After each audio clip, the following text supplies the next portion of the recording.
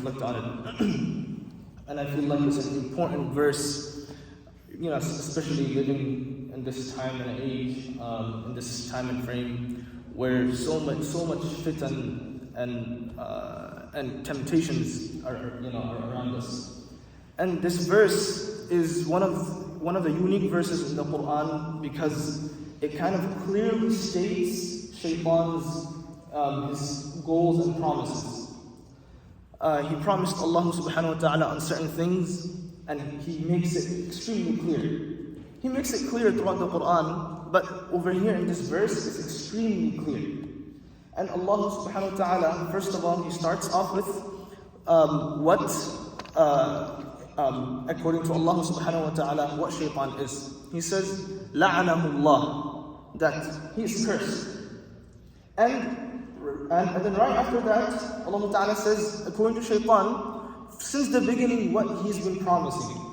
وَقَالَ لَأَتَّخِذَنَّ مِنْ عِبَادِكَ نَصِيبًا مَفْرُوضًا, that I'll be always forever. My first goal, he makes extremely clear, until the day of judgment, his ultimate goal is to take portions from the ummah, from the ummah, every single ummah, all the ummahs out there, ever since Adam a.s.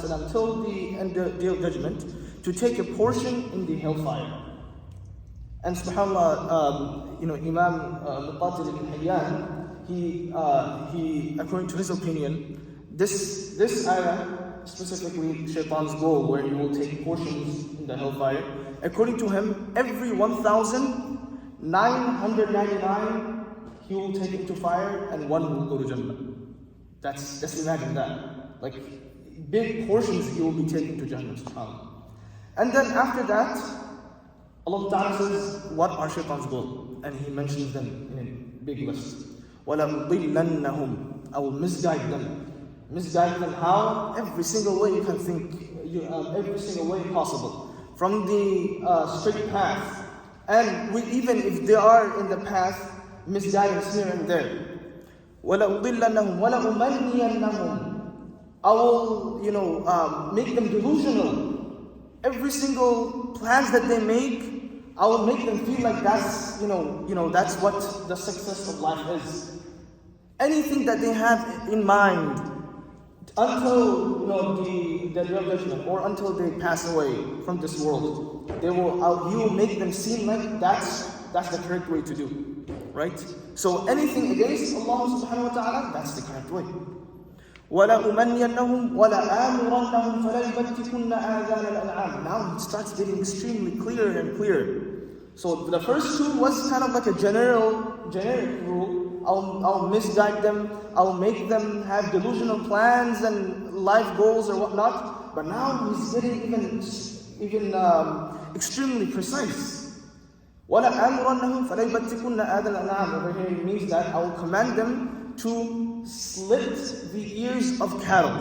But this is an example that Allah subhanahu wa ta'ala gives because the mushrikun in the past, they had some superstitions of when you split the ears of the camels, you get some lucky charms and all that.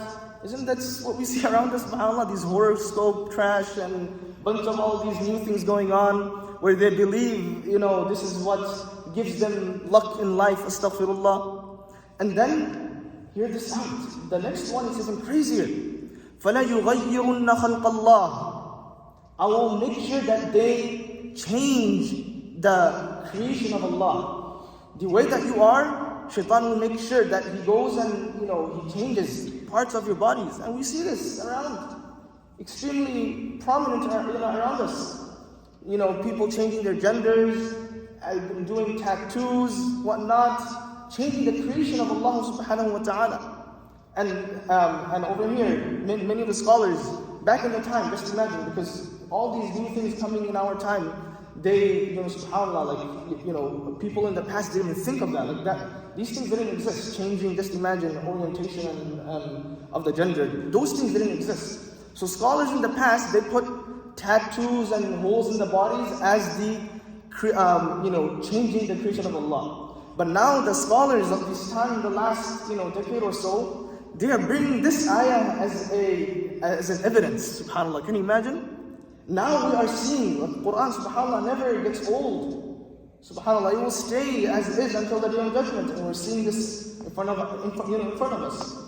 وَقَالَ لَأَتَّخِذَنَّ مِنْ فَلَا يُغَيِّرُ خَلْقَ اللَّهِ وَمَنْ يَتَّخِذِ الشَّيْطَانَ وَلِيًّا مِنْ دُونِ اللَّهِ فَقَدْ خَسِرَ خُسْرَانًا مُبِينًا. And Allah Ta'ala says, whoever takes Shaytaan as a wali, as a friend, for sure he's a loser, a clear loser. يَعِدُهُمْ وَيُمَنِّيهِمْ. He will make them, he will promise them.